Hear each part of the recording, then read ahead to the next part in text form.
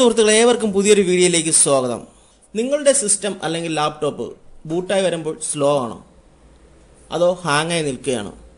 അതിനൊരു പരിഹാരമായിട്ടാണ് ഇന്ന് ഞാൻ വന്നിട്ടുള്ളത്. അതിനു വേണ്ടിയിട്ടുള്ള ഒരു ഡിവൈസ് നിങ്ങൾക്ക് ഞാൻ പരിചയപ്പെടുത്താം. ജിഗാബൈറ്റിൻ്റെ SSD ആണ്. എന്താണ് സംഭവം എന്നുള്ളത് നോക്കാം. അതിനുശേഷം നമുക്ക് ബാക്കി കാര്യങ്ങൾ പറയാം. ജിഗാബൈറ്റിൻ്റെ 240 GB SSD ആണ്.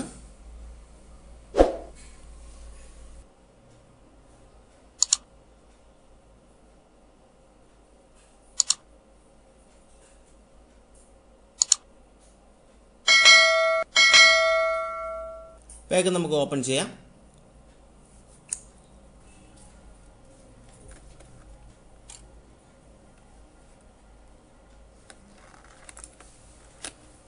ഓപ്പൺ ചെയ്തു.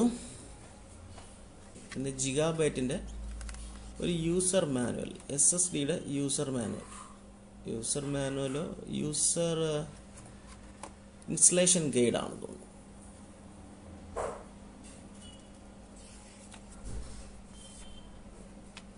ഒരു ബ്രൗസർ, എന്തായാലും ബ്രൗസറാണ്. User installation ഗൈഡാണ്. അപ്പോൾ അതിലത്രേ ഉള്ളൂ, അത് വേറെ ഒന്നുമില്ല, ജസ്റ്റ് ഒരു ഇൻസ്റ്റലേഷൻ ഗൈഡ് മാത്രം.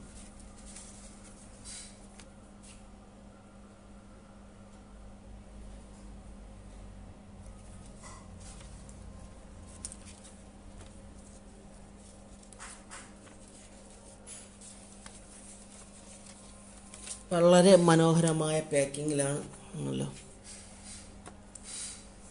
ബാക്കിൽ ജിഗാബൈറ്റ് SSD 240 GB.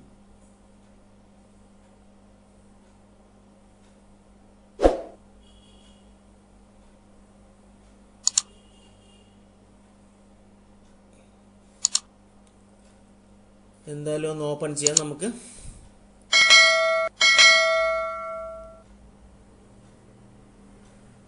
ഓക്കെ, ഇതാണ് ഞാൻ പറഞ്ഞ ജിഗാബൈറ്റിൻ്റെ SSD. കാണാനൊക്കെ നല്ല സ്റ്റൈലിഷ് സംഭവമാണ്. മാത്രമല്ല ഇതിൻ്റെ യൂസ്ഫുൾ എന്ന് പറയുന്നത് വളരെ ഇമ്പോർട്ടൻ്റ് ആയിട്ടുള്ള കാര്യമാണ്. നമ്മൾ സാധാരണ ഹാർഡ് ഡിസ്കിൽ കണക്ട് ചെയ്യുന്ന സാറ്റ പോർട്ടും സാറ്റ പവറുമാണ് ഇതിലും വന്നിട്ടുള്ളത്.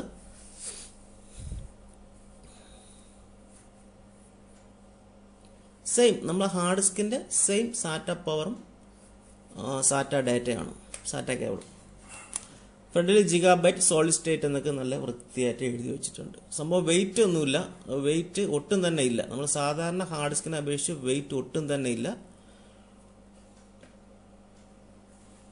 പോർട്ട് ഞാൻ ഒന്നുകൂടെ കാണിച്ചു തരാം നിങ്ങൾക്ക്.